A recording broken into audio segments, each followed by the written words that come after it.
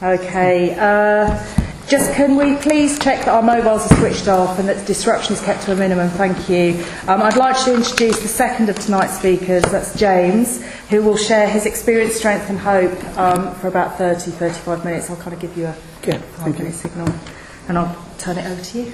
My name's James and I'm an addict. Hi James.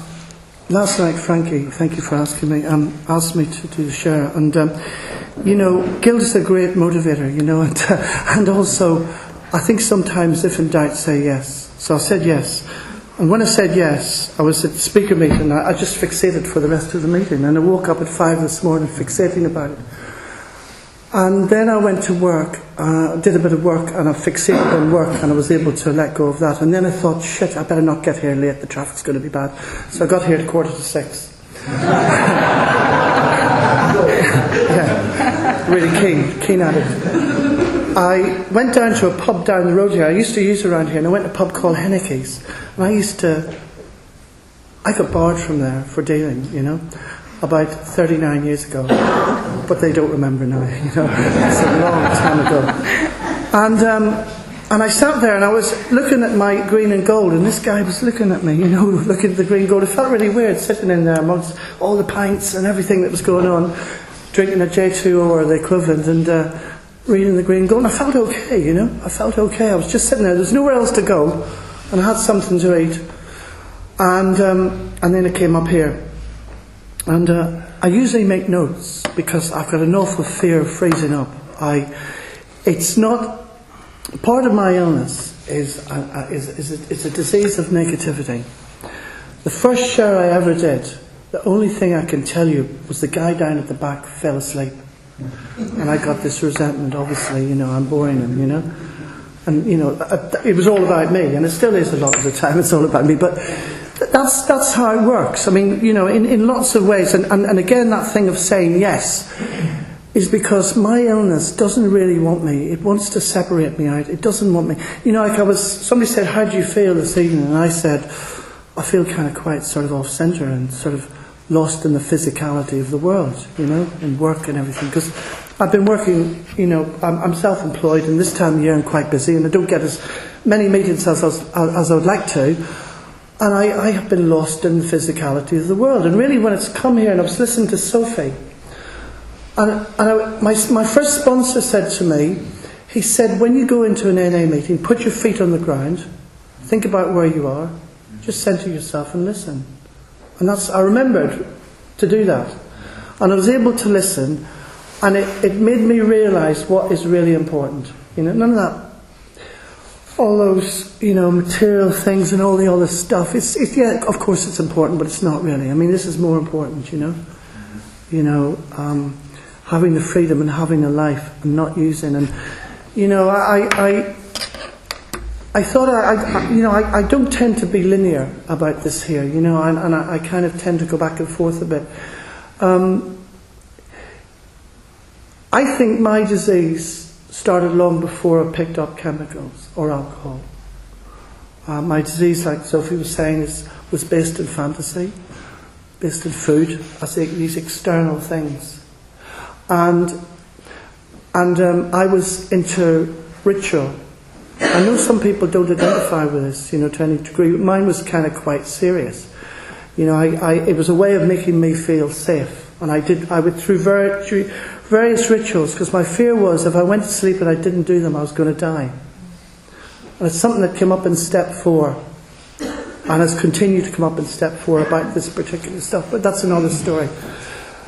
And when I picked up chemicals and alcohol, it basically filled a void. This sort of, many ways of describing it, the hole in the soul. And I just felt, as a small child, I grew up in a family that actually there was not addiction in the immediate family. It kind of skipped generations. It's kind of interesting when I actually did a family tree and looked at it. It skipped generations, and my generation, there's loads of it in the family.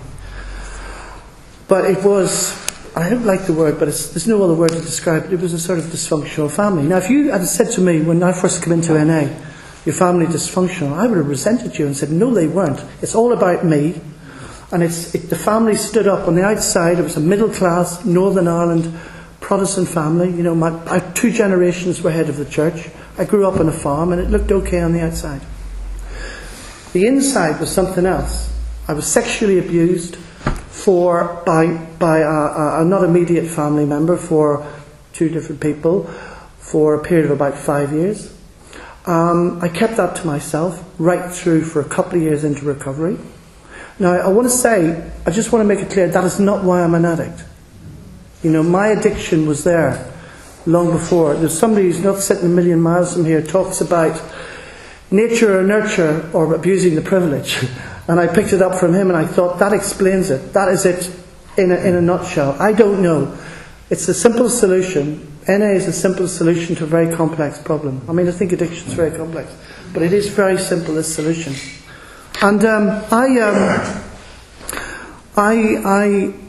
my daughter was born to somebody in recovery who sadly relapsed and died. But she was one of the first children to be born in NA, you know, to a clean addict. Probably the first dozen.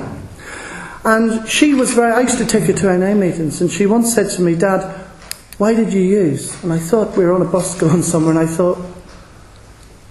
I said, "Because I was in pain." And she said, "But you didn't know that then." And of course I didn't. You know, I didn't know I'm in pain, this medicated, you know. I just used because, you know, I'm 57. I grew up in the 60s. You know, there was a whole society was changing. You know, there was there wasn't a lot of drugs. There was drugs about, you know, and there was this whole movement, you know, and I wanted to be a part of it. I found the whole thing boring. And I remember writing in Step 4 I remember as a small boy in 1956 in the local town, and there was this couple. You know, there was 4 of them, and they had a Nest-type Jaguar, and they were sitting outside Wellworths. My dad and I went in to get a newspaper, and I thought, wow, they're having fun. There's something about the whole thing, they were having fun, because I wasn't. I found life really boring and empty and unfulfilled and less than and inadequate. And I just felt like a piece of shit, basically, excuse the language.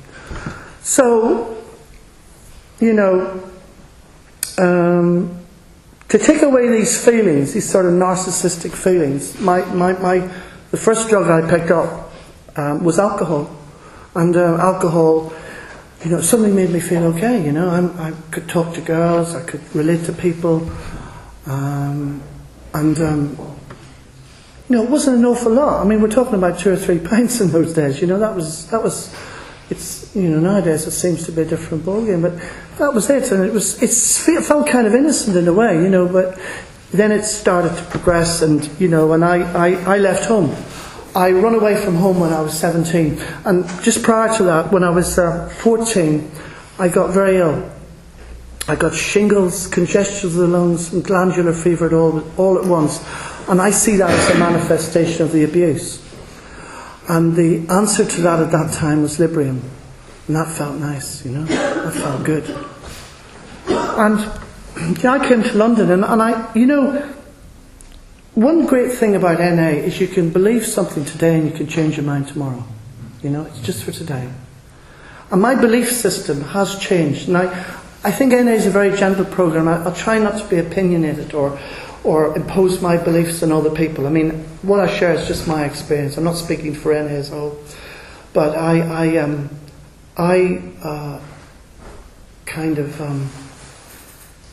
losing the thread here. I came to London, I used, the sort of drugs changed, and it's pretty irrelevant really, because it's not really about drugs at the end of the day, but I basically ended up, just for the identification, using heroin and opiates from 1970 to 84. You know, that was what it was about, and you know, I know what I wanted to say. I kind of used to say, oh, it was really good. And I said to my wife recently, you know, we bought what's it called, an iPod, you know, and we got this Bose speaker, you know, and it sounded really good. And she put on Grace Slick, Jefferson Airplane. Some of the younger ones might not remember, but I'm sure there's a few people do. And I said, to Vicky, I was up on stage with her at Bath Festival, and she said, "You've told me that 50 times, you know." Really, the reality was, I left, I'm up on stage with Grace Slick and the Birds and all this. The reality is, 2 days later, I'm down Portobello Road here. At that time, it was £4, 10 shillings, and I didn't have the money for a £5 bag, and I had to beg it. But round the dealer, she didn't want to give it to me. You've got to find the other 10 shillings, which is 50p for any younger members. And that was humiliating, begging in the street, 1971, not good. And that's more or less the reality of it. My whole using was up and down. I had a point where I had more money than I ever thought I would have, and had a wife and a kid and all these things, and they all went, and I finished up sleeping in, 70 pence a night hostels like Dante's Inferno, And, basically that whole period, I spent half my adult life in prison, and, one of the moments of clarity, and I think there was quite a few of them, was in 1972. I took an LSD trip, and I fell asleep on it, which is kind of unusual. And I woke up, and there's a voice, which I believe is my higher self, said to me, "What are you doing to yourself? There's all these scars on my arm. What are you doing to yourself?" And I couldn't bear it. I had to go out and score some opiates to kill those voices. And I really do, and I've done a lot of writing around this. That's the only time for about another 6-7 years where I really had any thoughts of, well, what are you doing to yourself? I was just doing it. And I was kidding myself that I was enjoying it. I'm cool, going to prison, with all my friends and all that. And then this whole thing about rock bottoms is an interesting phenomenon, because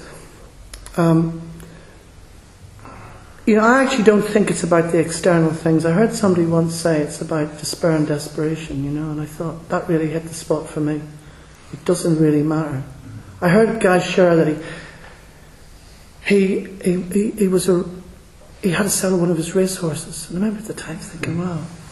But I understand that now. Some of you may be thinking, fuck, what's that? Fucking racehorse.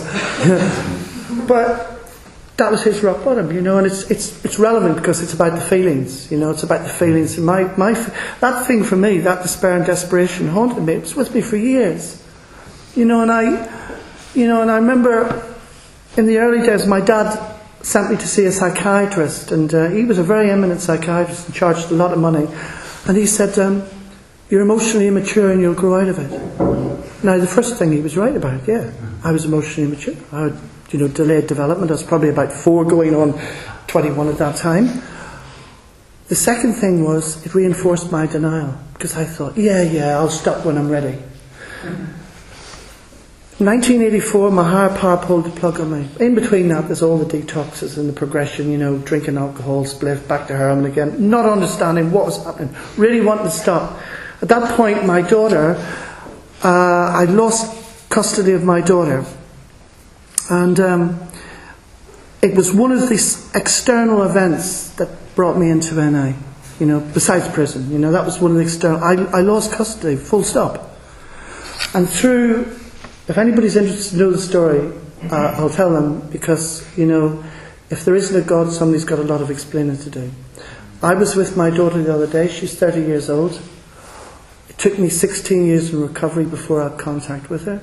And she took me out for dinner the other night, and she was really excited. She's off with her boyfriend to New Zealand for a month. And it was fantastic. We just had a fantastic evening, and I thought, that is amazing. Considering 84, 85, she was out of my life, full stop, forever. Or so I thought. And I just hoped at some point maybe I would, and that was one of the things, that was one of the motivating things that brought me to my knees, was that. But I was in prison, and I remember there was I went to see this young probation officer, and this was the second moment of clarity that I really remember. And she said, "Look, I'm going to recommend a supervision order and a suspended sentence," because I was an addict. I'd go along and say, "I really want to do this," or like, I'm going to be there tomorrow. And I really meant it in the moment, but it wouldn't be. And I said, I really want to stop. I'm going to stop. I'm never going to use again. And I meant it in that moment. I've left there and the voice has come in. Yeah, you're getting off tomorrow. She said, yeah, I'm going to recommend a supervision order to suspend a sentence. I thought, great. The voice came in. Yeah, you can go round Johannes and score. And at that moment, I was really scared. I really, it was like the denial broke, and I really knew I had step one with nothing else. I knew I was powerless. I knew I couldn't stop using. I knew it wasn't going to be when I'm 35. I feel quite emotional because, at that point I didn't know anything. I'm still in that thing of, I'm getting visits in prison, I'm spliffing in prison, and I actually didn't really, I'm sitting in a cell in Wandsworth, and I just want to say this for anybody, who's new around. It doesn't matter why you're here, I went to the meetings because I wanted to get visits. And because if I went to the Isle of Wight, I wasn't going to get the visits, I wasn't going to get stuff in. And I thought, I'll go to this special unit where they call you by your first name. And in that unit, I could play snooker and I'll be out the cell and all that stuff. Anyway, I went there, and the guy in my cell who never got recovery, I don't believe, gave me the recovery text. And there was a story in there, and the addict's name was Bob B. Some of you may have read the story. I found the first S meeting in the world. And I read the story and I thought, shit, I identify.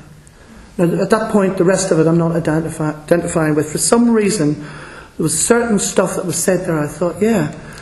And I actually had the opportunity to speak to him at the convention, and tell him. Because this is the thing, if you read the reading for today and just for today, it talks about that. You don't know when you're carrying the message, you never know. And anyway, I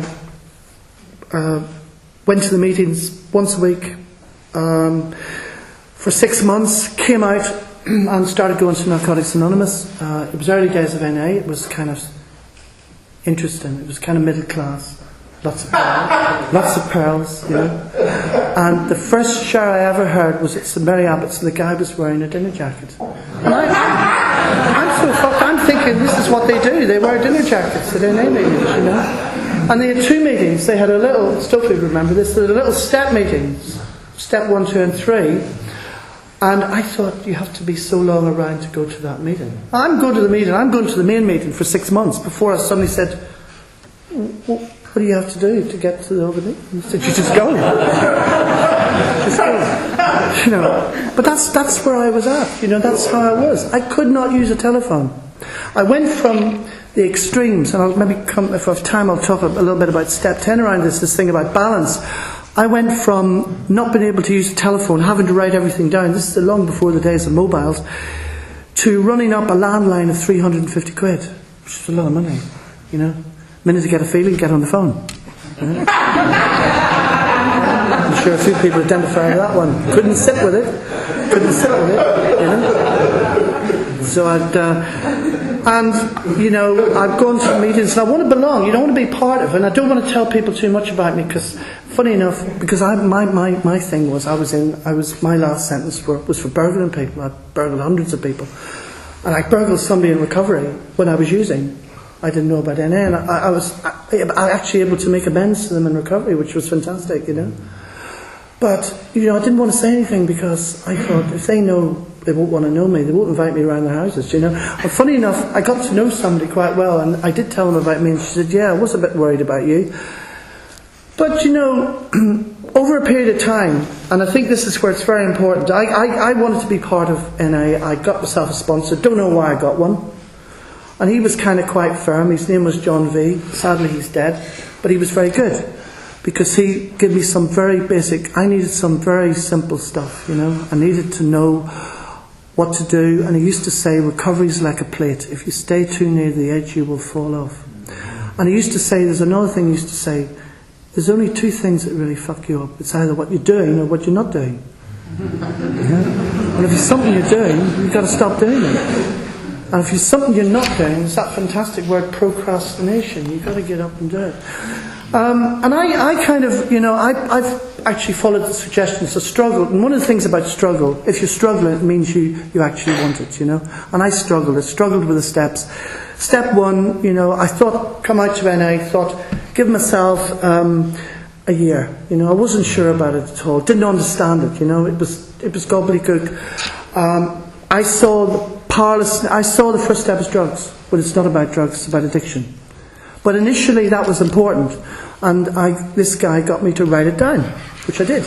And once I got it out of my head and I got it down on paper, I thought, wow, yeah, And step two was really about, going to the meetings. NA was a power greater than me. Step 2 and 3 sort of came together. A power greater than me. And I got this new sponsor at some point, and he was very sympathetic with me because I'm still in the ritual. I'm back into ritualistic stuff. Didn't do it when I was using. Cleaned up and it's all back again. I had 30 day-by-days. Different ones. ACOA, Codependents Anonymous, Workaholics Anonymous. I've still got about 10. And I used to have to read the whole lot before I left the house, which meant getting serious. It meant getting up at 5:30 to get out for 8 o'clock. And I have to say this prayer and do this and do this and do that. I couldn't get out of the house without doing it. And this went on for about 5 years. And I worked step 2. I got outside help because I thought, you'll think I'm mad. You'll think I should be locked up. And I see that as part of my disease, because I was talking to somebody before the meeting about grief. As I started to deal with my stuff, that started to fall away. And today, if I don't want to read the day by day, I've still got 10. But I tend to read the NA one, and I might read, there's a couple other ones I might pick up, but I don't have to read it if I don't want to. I don't have to read any of them if I don't want to. Nothing's going to happen. And that's the freedom. Nothing is going to happen. Although I'm reading it now because I want to read it, not because I'm frightened. Some God's going to strike me down or something's going to happen. And, going back to this disease, a lot of stuff I was hearing in AA at that time, I was kind of repeating it, but I didn't understand it. It's like, I'm powerless. Let go. Surrender. What's that mean? People used to say, let go, and I think, okay. I didn't know what it meant. And now I say to people, because sometimes I think it's a bit of a cop-out, rather than being able to listen, what I want today from a sponsor, and I think what sponsors want from me, is to be a witness and to guide them, not to be told what to do, or, and I'm kind of thinking everybody's different. Everybody in NA is different. We're all special and different in a certain way, and I don't mean that but we are. We're all different. We've got the commonality of addiction. We're all quite different and we're all quite unique. We've all got amazing talents. I look around this room, I know a few people here, and I know what they can do, and I know what I've been able to do. Because I remember year 2, at that time, we were really into a whole affirmation thing, and I'm looking in the mirror, and I couldn't do it, I looked in the mirror for about 6 months, and, I'm meant to say, in the days of Louise Hay, I'm a sensitive feeling human being. I thought, so finally, now you're going to excuse the language on this, I managed to look in the mirror, and I looked with my eyes open, I said, you're a sensitive feeling human being. This voice came in and said, bollocks, you're a cunt. Now, that was about the 4th moment of clarity, because what that told me was about self-hatred. Because it always worked in the steps, so I was hearing people, my low self-worth and self-hatred. I wasn't connecting what it was. And, my thing is you can only see what you can see, you can only hear what you can hear. And one of the great things about the workbooks today is you've got questions. You answer the questions, they open you up, I had the Green and Gold book for 10 years. I had 3 copies. I bought one, lost one, bought the second one, couldn't find it, bought a third one, didn't work it, 1998. I started working the Green and Gold book over a year ago, and I found all 3 copies. Somebody close to me died, that was it, that was the motivation. Looking around for a new sponsor, they're all out of reach, I've got some wild expectation of some godlike guru, and finally I got one within a week, and he's fantastic. And I just want to say, because I've got, how are we off for time? Good, I'm okay. Steps 4 and 5. Basically, for me initially, it was about the secrets, you know. I know it becomes something else, assets, liabilities, but for me initially, it was getting out some of those secrets, you know, all that abuse. And that was difficult, and it was painful, and it was shameful. And I knew it was, if I didn't deal with this stuff, I was going to end up using on it, you know. And I spent 6 years in therapy. No, I spent 12 years in therapy. I'm not saying you have to do that. I'm not saying, you know, everybody's got the freedom. You know, that's, I think, one of the great things about NA. It gives you the freedom to do whatever you want. I had a sponsee once, and he became a born-again Christian. I said, fine. That's absolutely fine. I've got no problem with what everybody wants to do. Where my problem was when he turned around and said, NA is a spiritual kindergarten. I said, that's arrogant. And he went out the door and he died. And his mate did the same. And that's scary.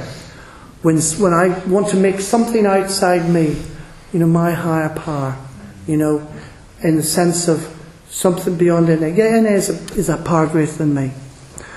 And it grew beyond that into a more personal thing. Year 4, I had a girlfriend, and she died of cancer. And I looked after her for about the last 10 months of her life. And it was a very painful death. It was horrific. And my faith in a higher power, God, went out the window. For, I would say, 8 years. Didn't stop me, I didn't use on it. Kept going to meetings. And I remember what my first sponsor said was about faking it to make it. And acting as if, and I just did that. Even though I didn't believe in this God.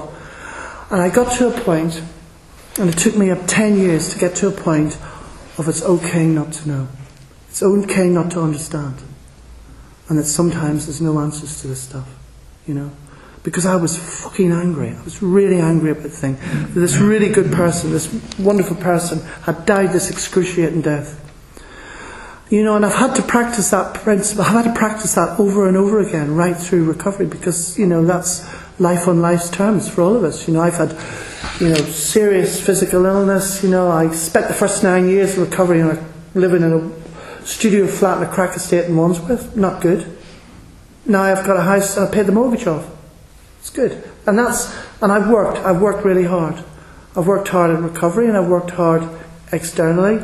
This program has given me the freedom to do, you know, I've taken up hobbies. I go rock climbing, I go scuba diving, I ride horses. I've travelled the world, and when I was using it, I didn't do any of those things. There was no Learjets and no 5-star hotels when I was using it. It was all within a 5-mile radius of a chemist in the West End called Halls. Some of you might remember that one. That was it. You know, to go to somewhere like recently, I had a problem with an insurance company around my about a non-spent conviction. Due over 2.5, it's not spent.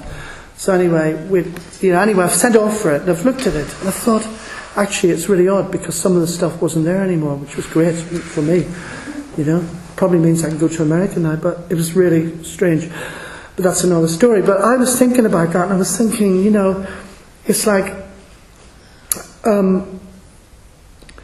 why did I mention that? Some reason for it, and I can't think what it was. About, I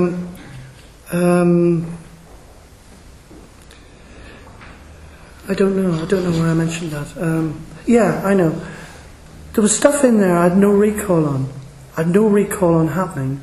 And there was one place I went to, was Southampton, and I thought, that's the furthest I ever went. I went to Amsterdam once, actually.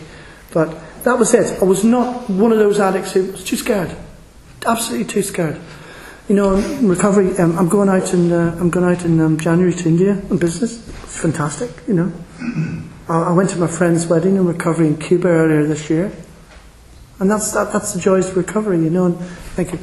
And I used to sit in meetings and resent people saying that. You know, I remember sitting in St Martin's in the field where the meeting is now. It used to be further along underneath. And I remember sitting, you know, resenting people. I couldn't go to Harrods for 3 years because I was so resentful. I was so envious. You know. And I went up Bond Street yesterday and did a bit of shopping. I love shopping. And I actually like shopping for other people, which is a miracle, considering this sort of narcissism and self-centeredness, you know. I really enjoyed doing that, you know. And my relationship with my kids, I'd like to say it's really wonderful. It's not. It's quite difficult. My older one, it's okay. and I've got a stepdaughter and I have a good relationship, and I've got another kid who's 23, and it's really hard, really, really difficult. And I struggle, I'll just briefly touch on step 6 and 7, and this is because I've always thought, have a problem with a step, go to the one before. In the moment I've got an absolute real issues with anger, and I see steps 6 and 7 as embracing me and just another surrender. Steps 8 and 9, I've made a lot of amends in recovery, but the main amends to me today is to stay clean a day at a time. I'm making my amends to society, trying to live with integrity, and I do try and do that. I pay my taxes, which is a miracle. I never worked when I was using. I never claimed when I was using. I totally lived outside the law. And I pay my bills.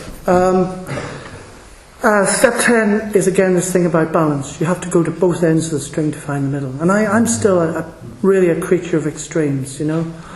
I'm very, very extreme in lots of ways. Step 11. I used to think it was. Actually, I didn't. I heard it from somebody else. They thought it was. I saw it through prayer and medication. Always amused me because I almost once said. But I try and work step 3 and 11. I don't say I'll do it every day because I don't. But I do sit still and I try and listen. And it's usually when I'm in pain. Because, it's like most of us. I didn't come into anything. I could go to an AA meeting, I came in here because it was fun. And again, it's when I'm in that place, where I'll use the shortest step 3 in the world, which is fuck it, It really is. It's like when you get to that emotional point, fuck it. And step 12, I try and carry the message. Because of my work, I find it difficult. I used to do a lot of service. First 15 years, I had loads of commitments. I was very involved in NA. I got married nearly 10 years ago, which was a miracle in itself, because I used to emotionally leave the room when anybody mentioned the word. And I would say it's been a struggle, clash of, if anybody knows my wife here, they can know what I'm talking about, But it's a power struggle, and we are very argumentative. We can't work together, we accept that. We're in business together. Sometimes I think it's a mistake, but we can do that. We work separately. And we can come together outside of that, and we have quite a good relationship, I think. And I love sponsorship. I've got a few really great sponsors. And I was with one last night, and I just thought, because the whole thing about one of the things about this disease is about comparison and coming less than. But I was sitting thinking, without comparing, about where I was at when I was 2 years and where he's at, and it just made me smile. Because he's really responsible. One of them is really responsible. He really works hard on his recovery. And I thought, wow. And that's really inspiring for me. I've got another guy who's 5 years, and he's really inspiring as well. And he's a very spiritual guy, much more spiritual than me. Sometimes I think, why has he asked me to sponsor him? But that's my low self-worth, But, and that's great. And I don't have too many people because I find it difficult. I like to give people quality time. I don't want to sit in cafes with them. I want them to come around, make them a bit of dinner. That's part of the service. Sit down and go through it slowly. Because there's no race with this thing. There's no race with the steps. I think, I'm not saying you should do a step a year, but just, I'm in a process and I'm going through the 12 steps for the 4th time. And I think it's an ongoing process for the rest of my life on this road less travelled. I'm going to finish now, but I just wanted to say one thing. I wanted to acknowledge a Scottish roofer who lived in America called Jimmy Kinnan. Without him, in 1953, we probably wouldn't be here. And I always think of him, he was an amazing man. And I'm going to leave it there, and thank you very much for listening.